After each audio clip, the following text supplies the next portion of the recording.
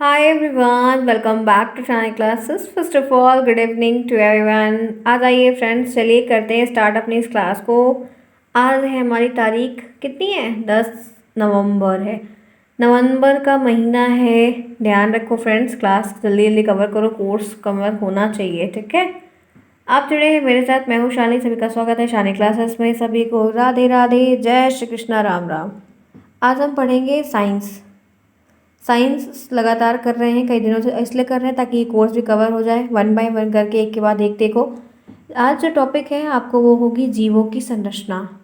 आपका मैंने स्टार्टिंग में कुछ बायो था, वो बायो पूरा बताया। उसके बाद फिर आपका देखोगे तो आपका फिजिक्स आया, जो फिजिक्स था वो बता दिया। फिर बायो कुछ सेक्शन है, जल्दी ख़त्म करके आपकी केमिस्ट्री।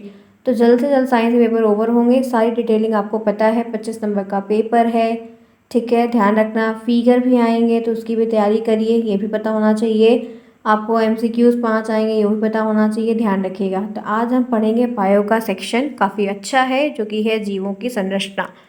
आइए जानते हैं कि क्या चीज़ें कही गई हैं। आप लोगों से बहुत सारे बच्चे हैं, ध्यान से देखिएगा। जो बायो से भी बैकग्राउंड से रहे उनको भी काफ़ी मदद मिलेगी, जो नहीं है वो भी पढ़ें, क्योंकि पेपर एक बराबर सबके लिए आएगा। तो यहाँ पर सबसे पहले बात हो जाती है कोशिका की। जो हमारी ह्यूमन बॉडी होती है ये सेल से बनी होती है, बात मालूम है ना सभी को। तो ये सेल होती क्या है, किसे कहते हैं, कोशिका किसे कहते हैं, कोशिका क्या होती है, कोशिका का दो कार्य बताइए, कोशिका क्या है, सब कुछ कोशिका के बारे में पूछा जाता है, जो कि काफ़ी इंपॉर्टेंट है। तो इनकी शुरुआत से पहले कुछ चीज़ें हैं जो शेयर करना चाहती हूँ ताकि आपको और भी जानकारी रहे। कोशिका जीवों की आधारभूत संरचनात्मक और कार्यात्मक इकाई है। सिर्फ इतना ध्यान रखना, एक सिंगल लाइन। एग्जामिनर आते हैं, कोई पूछता है, कुछ भी होता है तो ये लाइन ध्यान रखनी है कि कोशिका जीवों की आधारभूत संरचनात्मक एवं कार्यात्मक इकाई होती है, स्ट्रक्चरल एंड फंक्शनल यूनिट होती है। कोशिका जीवों के संरचना कार्य जिसकी खोज रॉबर्ट हुक ने की थी, 1665 में की थी। ये एक मल्टीपल चॉइस क्वेश्चन बनता है कि कोशिका यानी कि सेल की खोज किसने की थी? रॉबर्ट हुक ने की थी। कब की थी? 1665 में की थी। दूसरा MCQ क्वेश्चन पूछा जाता है, तो तैयार रहिएगा। क्वेश्चंस की बमबारी को फेस करने के लिए आप सभी को तैयार रहना है। रात की 9 बजे की यह क्लास हो रही है, तो इम्पोर्टेंट तरीके से आपको बताई जा रही है, करवाई जा रही है समय के साथ, क्योंकि फेस्टिवल सबके लिए है। आपके लिए भी फ्रेंड्स है, मेरे लिए भी फ्रेंड्स है, ठीक है। धनतेरस की बहुत सारी बधाइयाँ सभी को है। आप लोगों को पढ़िए और फेस्टिवल्स भी एंजॉय करिए। तो क्वेश्चंस क्या बनेगा, कैसे बनेगा, ध्यान से समझते चलिए, ठीक है। सारी बातें क्लियर कट में आपको बताई जा रही हैं। एक परिभाषा आती है, इसकी डेफिनीशन आती है, 100% आती है, लिखने को आएगी। साथ ही साथ इसके जो MCQs बनते हैं वो। तो ये डेफिनीशन हो गई, ये एक मल्टीपल चॉइस क्वेश्चन हो गया, एक ये हो गया।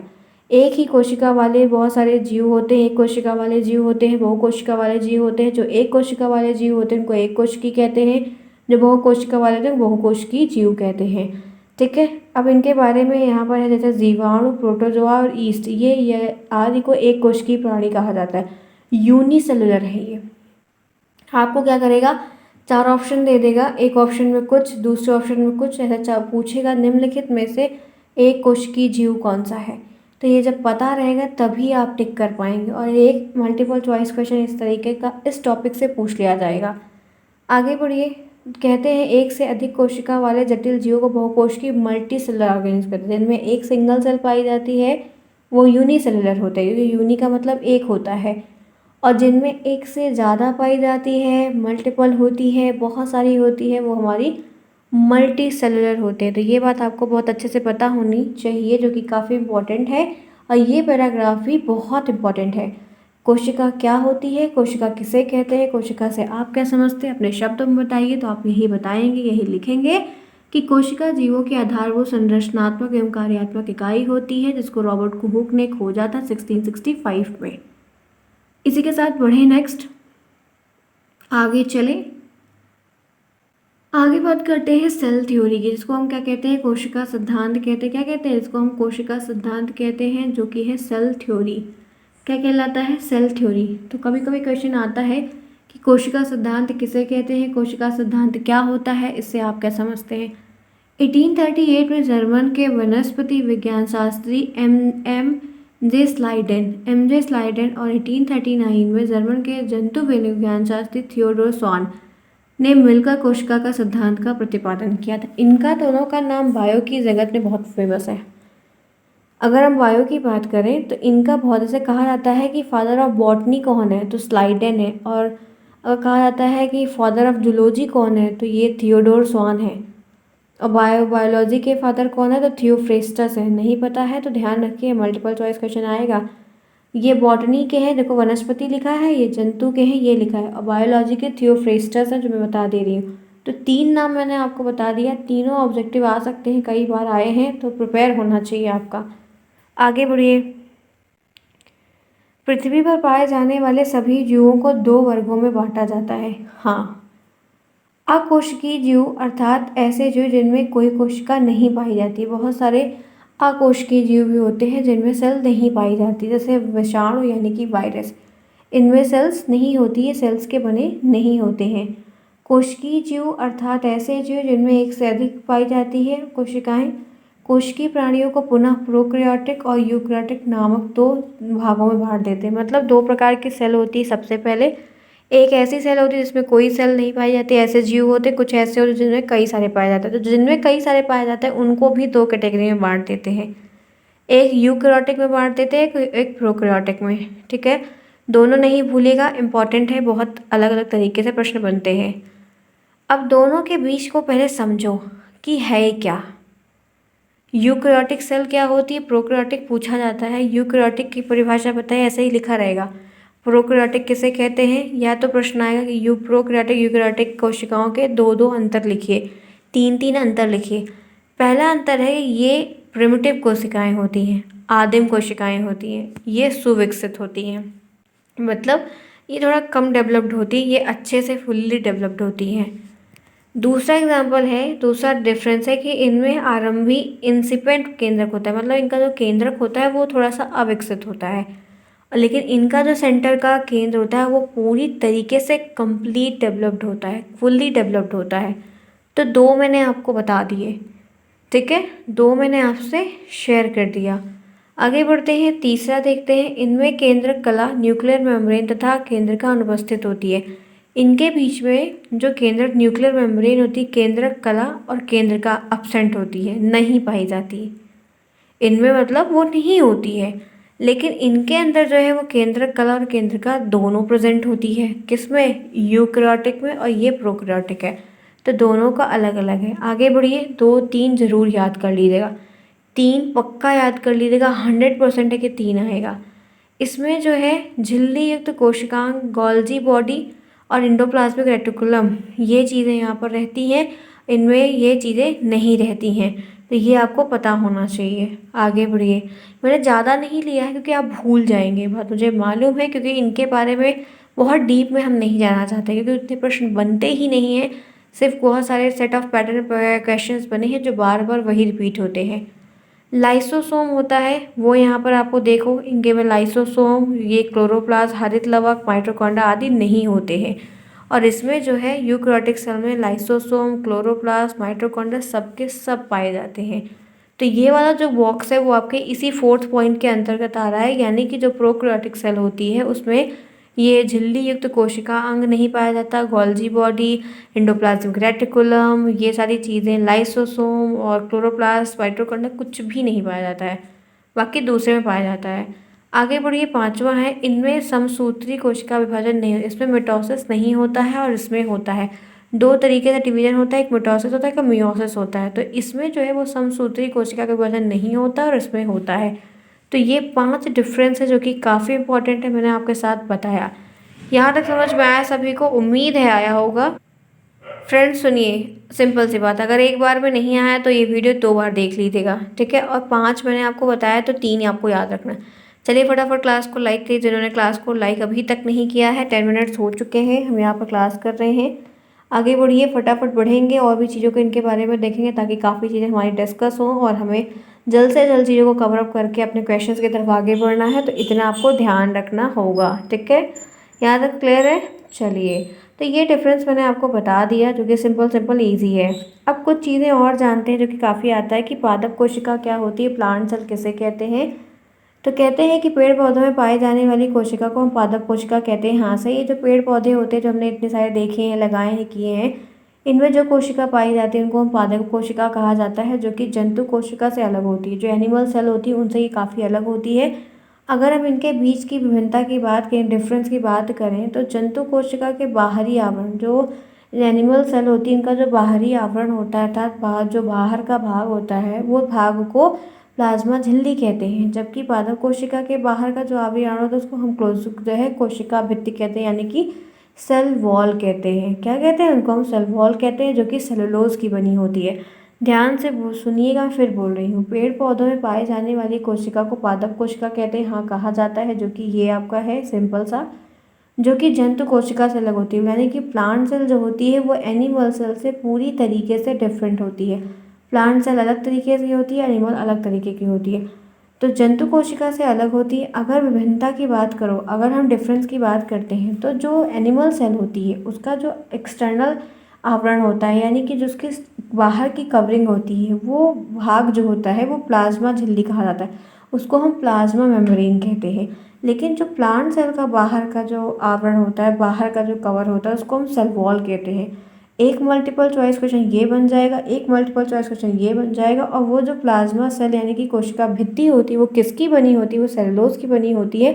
तो ये एक मल्टीपल चॉइस क्वेश्चन, यानी कि एक पैराग्राफ में 3-3, 4-4 क्वेश्चन है।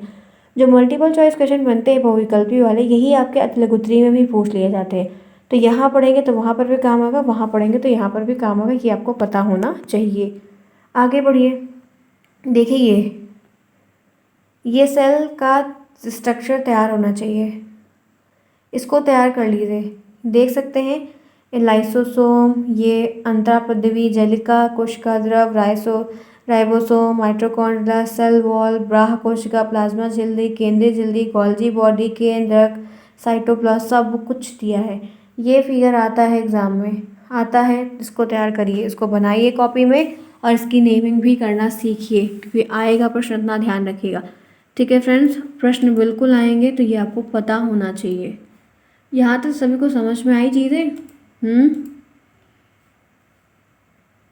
उम्मीद तो है कि आपको हर चीज़ समझ में आएगी, बताई जा रही है, समझाई जा रही है, इजी तरीके से बताई जा रही है। तो गलतियाँ तो आप नहीं करोगे, इतना तो मुझे अब अनुभव के मतलब लग रहा है कि हाँ बच्चे गलतियाँ नहीं करेंगे। क्यों, मैं सही हूँ कि गलत हूँ? आएंगे फिगर्स आते हैं। ठीक है, आगे बढ़िए। चलिए बात कर लेते हैं कि प्लांट सेल के काम क्या होते हैं। तो प्रकाश संश्लेषण, फोटोसिंथेसिस का काम पादप कोशिका प्लांट सेल के द्वारा किए जाने वाला सबसे मेन काम है। ये नहीं करेंगे तो कोई नहीं करेगा, प्रॉब्लम बढ़ जाएगी। दूसरा, प्रकाश संश्लेषण की क्रिया में ये क्लोरोप्लास्ट में होती है। ठीक है, क्लोरोप्लास्ट करते हैं। ये सूर्य के प्रकाश से कार्बन डाइऑक्साइड CO2 को लेते हैं, पानी का उपयोग करके पौधों के द्वारा भोजन बनाने की प्रक्रिया में हेल्प करती हैं। कौन? ये सारी की सारी सेल बहुत मदद करती है। और इस प्रक्रिया में ATP के रूप में ऊर्जा का उत्पादन। ATP का फुल फॉर्म, आज कमेंट बॉक्स में मुझे ATP का फुल फॉर्म चाहिए, सभी के सभी बच्चों का, सभी स्टूडेंट का मुझे ATP का फुल फॉर्म चाहिए कि ATP क्या होता है। ये आपको लिखने को आएगा कि पादप कोशिका के कोई 2 काम बताइए, कोई 3 काम बताइए। तो 4 मैंने बताए हैं, कोई भी 2 तैयार कर लीजिए आप। आगे बढ़िए, देखते हैं पादप कोशिका की संरचना में क्या क्या चीज़ें होती हैं। जो मैंने अभी ऊपर इमेज शेयर की तो उसमें आपने देखा कि कई सारी चीज़ें उसके बगल बगल में मतलब पूरी तरफ लिखी हुई थी ना, वही चीज़ें कि किससे किससे वो बनी हुई है। तो उसमें कोशिका भित्ति होती है, ठीक है, हाँ होती है। उसमें कोशिका झिल्ली होती है, हाँ होती है। केंद्रक होता है, हाँ होता है। कोशिका द्रव्य होता है, हाँ होता है। लवक होता है, रितिका होती है। गोल्जी काय होता है, ठीक है। अंतराजवी जलिका होती है, राइबोसोम, माइटोकॉन्ड्रिया, ये सब होते हैं। लेकिन इन सबसे प्रश्न हमसे नहीं पूछे जाते हैं कि ये क्या है क्या नहीं। बहुत कम, कभी कभार आ गया है तो आ गया है, नहीं तो कहो कि रैंडम तरीके से अगर हमसे पूछा जाए तो ऐसा नहीं है, क्योंकि काफ़ी समय से हमसे ऐसे प्रश्न नहीं बने। थोड़ा बहुत हम क्वेश्चन की जब प्रैक्टिस करेंगे तो इनके बारे में ज़रूर देख लेंगे, मे भी आ ही जाए, बट अभी नहीं। तो ये आपको पता होना चाहिए, ठीक है। अब मैं इनके बारे में थोड़ा थोड़ा बता दूंगी ताकि आपको ना ही दिक्कत हो और आप समझते हुए आगे बढ़े, प्रॉब्लम्स आपको ना हो, ताकि गलतियां आप ना करें, ये आपको पता होना चाहिए, ठीक है। तो इनके बारे में आपको सारी चीज़ बताऊंगी, समय के साथ बताऊंगी। तो मैंने जितना ये बताया है इतना लेते हुए आपको और भी चीज़ें समय के साथ पता चलती चलेंगी। तो ये सारी चीज़ें हैं, और इनकी संरचना में जो भी चीज़ें आती हैं वो आपको यहाँ पर पता होनी चाहिए। तो ये देखो कोशिका भित्ति के बारे में है, सेल वॉल है, तो ये कठोर परत होती है, सिंपल सी बात है, जो cellulose, glycoprotein, lignin, pectin, hemicellulose की बनी होती है। ठीक है, कोशिका झिल्ली बाहर स्थित होती है। सिंपल सी बात, एक छोटी सी लाइन जो बता दी। दूसरा, प्लाज्मा झिल्ली क्या होती है? तो कोशिका के सभी अवयव पतली झिल्ली की तरह घिरे होते हैं, कवरअप होते हैं, जिसको हम कोशिका झिल्ली कहते हैं। तीसरा, केंद्रक क्या है? कोशिकीय अंगक केंद्रक की खोज रॉबर्ट ब्राउन ने की थी। ये एक मल्टीपल चॉइस क्वेश्चन बन जाता है, ध्यान रखिएगा। कब की थी? 1831 में की थी, ये भी प्रश्न आएगा। ये एक झिल्ली से घिरी हुई संरचना होती है जो यूक्रियोटिक सेल की कोशिकाओं में ही पाई जाती है। इनमें डीएनए पाया जाता है। डीएनए का फुल फॉर्म बताइएगा कमेंट बॉक्स में, एटीपी का और डीएनए का। केंद्रक कोशिका का सबसे मुख्य अंग होता है, सबसे मेन होता है सेल का। ठीक है, और केंद्रक कोशिका के सभी जीव कोशिकाओं को क्या करते हैं? कंट्रोल करते हैं। क्या करते हैं? कंट्रोल करते हैं। जैसे ये देखिए कि एक इमेज है, इसको भी तैयार करिएगा, स्क्रीनशॉट ले लीजिए। ये बनाना आना चाहिए। आते हैं प्रश्न। राइबोसोम, केंद्रका, क्रोमैटिन जाल, नाभिकीय छिद्र, केंद्रक द्रव्य, केंद्रक आते हैं, एंडोप्लाज्मिक रेटिकुलम, ये इमेज आएगी, ध्यान रखिएगा। स्क्रीनशॉट जल्दी से लीजिए सभी लोग, और हिंदी में ही नेमिंग करिएगा। अब बात करते हैं कोशिका द्रव्य क्या होता है। तो कोशिका में, सेल में, कोशिका झिल्ली के अंदर केंद्रक के अलावा संपूर्ण पदार्थों को, जो और पार्ट्स होते हैं, उसको हम क्या कहते हैं? साइटोप्लाज्म कहते हैं। ये रवेदार जलीनुमा, ठीक है, पदार्थ होता है। ये पारदर्शी होता है, चिपचिपा सा होता है। ये देखो, इसका फिगर बना हुआ है, ध्यान से देख लो, स्क्रीनशॉट ले लो। इस तरीके से होता है। क्लियर दिख रहा है सभी को? चलिए बात कर लेते हैं लवक। लवक क्या होता है? तो लवक किसी पादप कोशिका के कोशिका द्रव्य में पाया जाने वाला गोल या अंडाकार एक रचना होती है। इनमें पादपों के लिए सबसे महत्वपूर्ण जो केमिकल होता है, उनका फॉर्मेशन लवक में होता है। प्लांट्स के लिए जो केमिकल की ज़रूरत होती है, तो वो हमारे उसी में बनते हैं। रितिकाएँ क्या होती हैं? तो ये देखो, कोशिका के कोशिका द्रव्य में मौजूद गोलाकार और एक अनियमित आकार की प्रकार की कई इकाई की झिल्ली घिरी हुई होती है, उसको हम रितिकाएँ कहते हैं। ये हमारी प्रेजेंट होती हैं। ये देख सकते हैं आप, अलग अलग मैंने आपको दिखाया है। ये यहाँ पर ये वैक्यूल है, देखो ये दिख रहा है। तो ये वाले फिगर्स भी ध्यान रखिएगा, बायो है तो फिगर्स आएंगे। गोल्जी काय क्या होता है? गोल्जी बॉडी क्या होती है? तो इसकी खोज 1898 में गोल्जी नामक एक वैज्ञानिक ने की थी। मल्टीपल चॉइस क्वेश्चन आएगा, इसीलिए इसका कलर अलग है। ये नली की तरह एक सूक्ष्म रचनाएं होती हैं, छोटी रचनाएं होती हैं। ये केंद्रक के पास उपस्थित होती हैं, न्यूक्लियस के पास में ही पाई जाती हैं। और गोल्जी काय जो होता है वो एंडोप्लाज्मिक रेटिकुलम में बने प्रोटीन और एंजाइम का कंसंट्रेशन करते हैं, उनको स्टोर करते हैं, उनको रूपांतरण करते हैं, उनको चेंज करते हैं। तो ये इनके छोटे से काम हैं जो बताए गए हैं, तो ये ध्यान रखने होंगे। बायो के कुछ सेक्शन जो नहीं आ रहे हैं समझ में, ठीक है, एक दो बार नहीं, 2 बार वीडियो देख लिए तो समझ में आ जाएगा। और कुछ कुछ चीज़ें जैसे नाम है, डेट है, तो ये याद कर लीजिए। अब क्वेश्चन कैसा बनेगा? पहला क्वेश्चन, कोशिका की खोज कब और किसने की? मल्टीपल चॉइस में भी आ सकता है, डेट के फॉर्म में पूछ लेगा, नहीं तो अब वेरी शॉर्ट में आएगा। जीवित कोशिका की खोज सर्वप्रथम किसने की और कब की? क्वेश्चन बन जाएगा। तीसरा क्वेश्चन, विज्ञान की वह शाखा जिसके अंतर्गत कोशिका का अध्ययन कहाँ पढ़ते हैं, उसको हम क्या कहते हैं? ये आपके एमसीक्यू में भी आ सकता है, वेरी शॉर्ट में भी आ सकता है। सबसे लंबी कोशिका कौन सी होती है? एमसीक्यू में आएगा। सबसे छोटी कोशिका कौन सी होती है? बहुविकल्पी में आएगा। सबसे छोटी किसकी रचना होती है? तो ये आपको पूछे जा सकते हैं, ध्यान रखो। किस कोशिका में केंद्रक नहीं पाया जाता है, किस कोशिका में पाया जाता है? कोशिका झिल्ली किसकी बनी होती है? सेल वॉल किसकी बनी होती है, किस में सेल वॉल पाई जाती है, किस में नहीं पाई जाती है? पादप कोशिका में सेल वॉल किसका बना होता है? जो अभी मैंने बताया, सेलुलोज का बना होता है। तो ये 10 क्वेश्चन मैंने आपको दिखाए जो आपके वेरी शॉर्ट में एमसीक्यूज में अलग अलग तरीके से आपसे पूछे जाएंगे। तो ये रही बायो की, मतलब काफ़ी अच्छी क्लास मैंने आपके साथ शेयर की, डिस्कस किया डिटेल में। 2 क्वेश्चन भी आपसे पूछा, मुझे कमेंट बॉक्स में सभी लोग बताइएगा, नहीं पता है तो गूगल करिएगा ताकि वो आपको आए, क्योंकि फुल फॉर्म आते हैं उन दोनों के, इसलिए आपको कहा कि आप बताओ। ठीक है फ्रेंड्स, तो ये रही रात की 9 बजे की क्लास हमने यहाँ पर की। टेलीग्राम को ज्वाइन करिए ताकि आपको सारी क्लासेस मिलेगी समय के साथ, प्रॉब्लम नहीं होगी। मिलते हैं फिर नेक्स्ट में, तब तक के लिए take care, bye bye, see you soon, best.